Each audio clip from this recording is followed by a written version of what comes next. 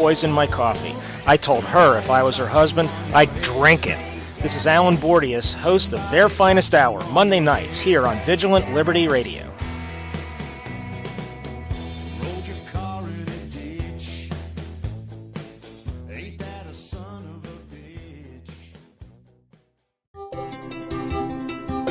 At Independent Journal Review, we publish news that is objective, fair, and entertaining. As one of the top websites in the United States, it's our duty to bring the absolute best to our readers. Readers like you. IJReview.com, your number one source for news and entertainment.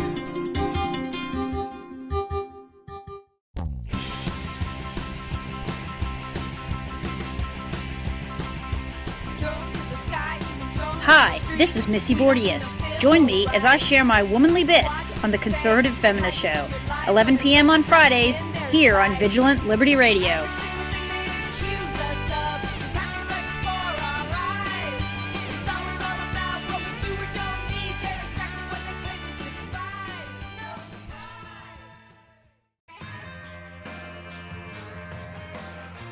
Hi, I'm Dustin Hoyt with America Our Way, and you can hear me right here on Vigilant Liberty Radio at 10/9 Central on Thursday nights. We bring you the best in political commentary from the right-wing, conservative, libertarian perspectives coming together and bringing the best content on the internet. Be sure to tune in every week for your favorite shows. Follow us on Facebook and Twitter.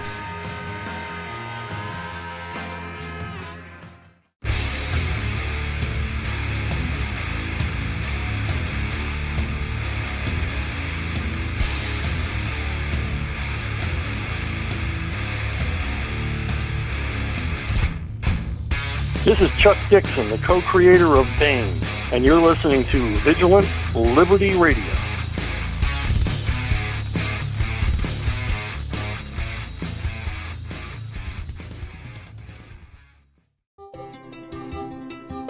At Independent Journal Review, we publish news that is objective, fair, and entertaining.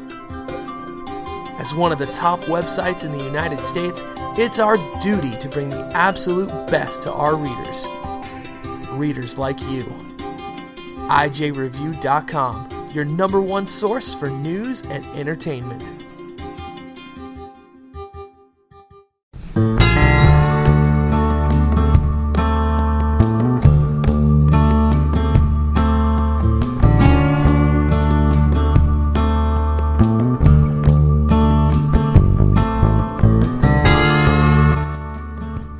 Welcome back to the Right Mics. Dude, I can't believe that we have it's an hour and a half in the can. We got a half hour left, and then we got the weekend. It flew, did it not? Yeah, super duper duper duper duper duper fun. All right, so here's a free half hour, if you will, you guys. 412-567-6879. Ring us up if you'd like. As I've said in the past, agree, disagree, tell us we're wonderful or how much we suck. It doesn't make any difference. It's all good. Did you By the way, if they're going to call, if somebody's going to call and talk about how we suck, I'd want to go into a little bit more detail than just a general "you suck." I'd want that to be, why? broken down a little. Why do we suck? And if you're going to tell us which one of us sucks more, for example.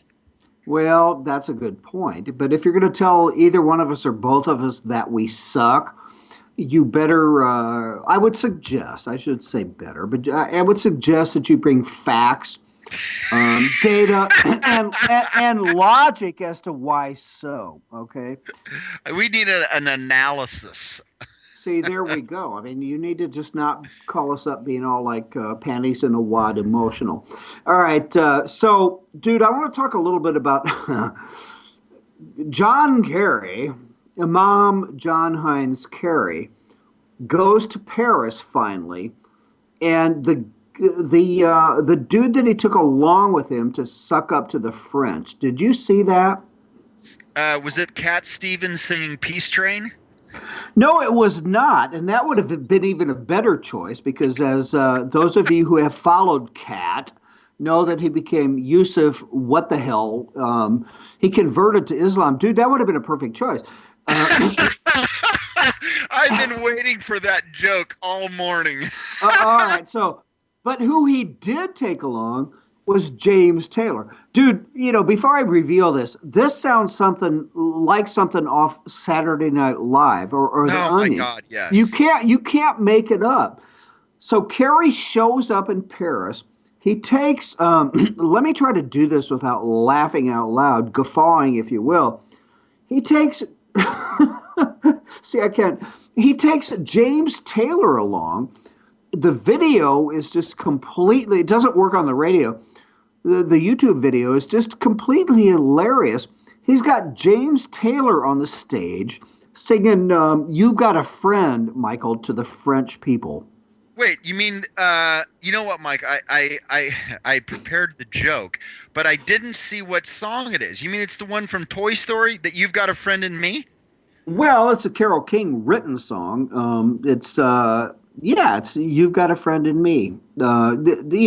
He's actually on stage with Carrie. Like I said, guys, you followers, listeners, whatever have you, you got to YouTube this because there's there's Carrie at the podium, kind of deferring to his left, and there's James Taylor sitting there acoustically, of course, playing "You've Got a Friend" to the French to kiss up for Obama or Kerry or whomever, Biden, not showing up for the march. You cannot, Michael, you cannot make that up.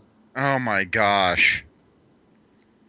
I mean, and here's his quote, okay? I love Kerry, dude. He's kind of like, well, every time he opens his mouth, he changes feet. But he says, quote, I don't feel any exigencies. By the way, for the rest of us common folk, that means urgency. Other than the continuation of our friendship and our responsibilities as good friends and longest ally in our history, blah, blah, blah, blah, blah. That's what I'm doing. So you can't make it up, man. No, and it's so incredibly embarrassing. It is embarrassing. We are good friends. We are the best and closest of friends. Here's James Taylor. Yeah, because he'll make it all up. We didn't we didn't show up. I mean, we tried to tell you that our ambassador to France was there, but anybody that plays Where's Waldo with the crowd images of the march will not find the French ambassador, the U.S. ambassador to France. But it's just, it is embarrassing. It is just, oh my God, man! It's just, it's almost sophomoric. I mean, it's just, okay, so we're good, right?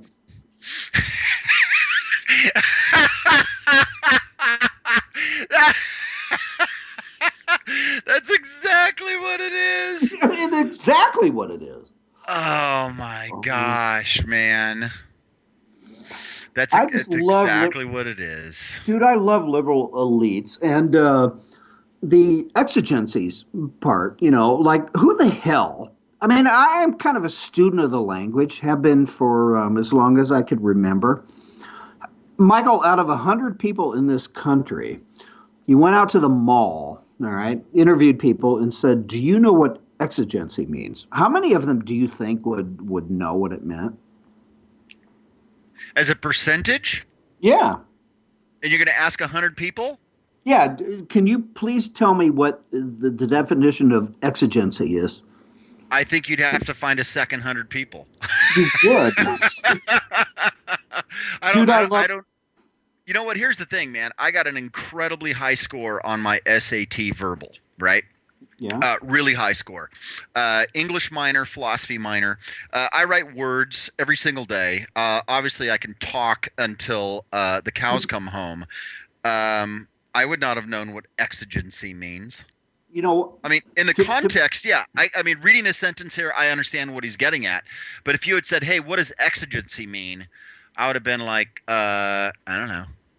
You know what? And I'm ditto everything you just said.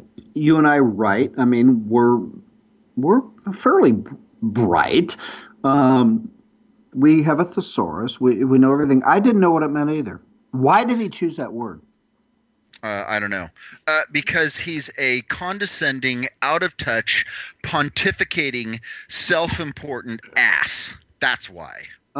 Bingo. Anyway, so anyway, hopefully, hopefully, James Taylor was able to smooth things over with "You've Got a Friend." How's Oh my gosh, man. Yeah. Can't make With it our up. good friends. With our good friends, the French. Been our good friends longer than anyone. Oh, okay. Now the next thing we got, we want to talk politics, or we got 20 minutes left. We have to talk vagina monologues. Maybe there's something else that we can talk about. Oh no, let's go there. You know what? While we're doing politics, let's talk about the protest going on about the presidential library, because that's political. We can talk about that, and then let's talk about vaginas. All right. Excuse me, the vagina monologues. Go there. Let's talk about. I'm turning around to drink water, and I said, I'm thinking to myself, did he just say that? Let's talk about vaginas. Okay, so another Caroline Schaefer article came up. It actually was yesterday. Funny. Dan Fitzgerald says that he goes to his dictionary or thesaurus multiple times a day. Maybe it's just because he's dumb. No, Dan, it's not because you're dumb. It's because they're so incredibly higher than we are, so much better than we are, that they talk in a language that's designed to make you feel like, wow, he's such a smart guy. We definitely got to agree with every single thing that comes out of his mouth. That's what it's about. See, there you go. Yeah, you're exactly right. There you go. So, Dan, buck up, dude. Okay, so surprising protests spring up in one city competing for the Obama Presidential Library. Okay, so here's the deal, folks. University of Chicago would seem like a likely place for Obama's presidential library, of course, since he leaves office. Here's the thing. There's people in the south side of Chicago that aren't on board. In fact, there was a public hearing on Tuesday in Chicago, and there was a staged die-in by residents protesting. Now, do you know why they were protesting? I do not. Okay, let me tell you this. And this actually, it's funny. I hear about die-ins, and I think it might, the first thing that comes to my mind about a die-in is, it's the Whole Foods, the Whole Wellness Co-op in front of a Whole Foods because the flaxseed oil is not GMO free or something like that, right? What the hell is GMO, by the way? Genetically modified organisms. Oh, see, I'm sorry, I don't live in California, but you're right, though. Monsanto, dude. Anyway, there we go, yeah. Right. Now, this one, there's actually some, in 1988, on this particular site that they've been discussing, was a level 1 adult trauma center. Ooh. And if there's any places in the country that could utilize a trauma center with a specific specialty, it would be on the south side of Chicago, right? So this thing has been shuttered. What? I said, yeah. I grew up 20 miles from there. Yeah, so this thing has been shuttered for like 25 miles. And here's what somebody said. 25 years, yeah, exactly. Excuse me. They said that bringing tourists into an area that's suffering from poverty and violence would be a slap in the face to residents who live there. Veronica Morris-Moore, community organizer from the Woodlawn neighborhood. The bid for the library is offensive to black people. The university doesn't want to provide trauma care for the surrounding African American community, but at the same time it wants to honor the first black president. It seems as though this university acts for our community only when it's in its best interest. So, in other words, just let it wallow in despair and everything else it has. I mean, it's decades upon decades. Let's don't upset the apple cart, right? Well, you know what's interesting, man? She brings up a bit of a racist thing, a little bit of political. Chicago Mayor Rahm Emanuel, he's backing the university's bid. Right. But there's less popularity in Chicago. Polling shows use of public land for the library. But you know what? we used to have a trauma center. The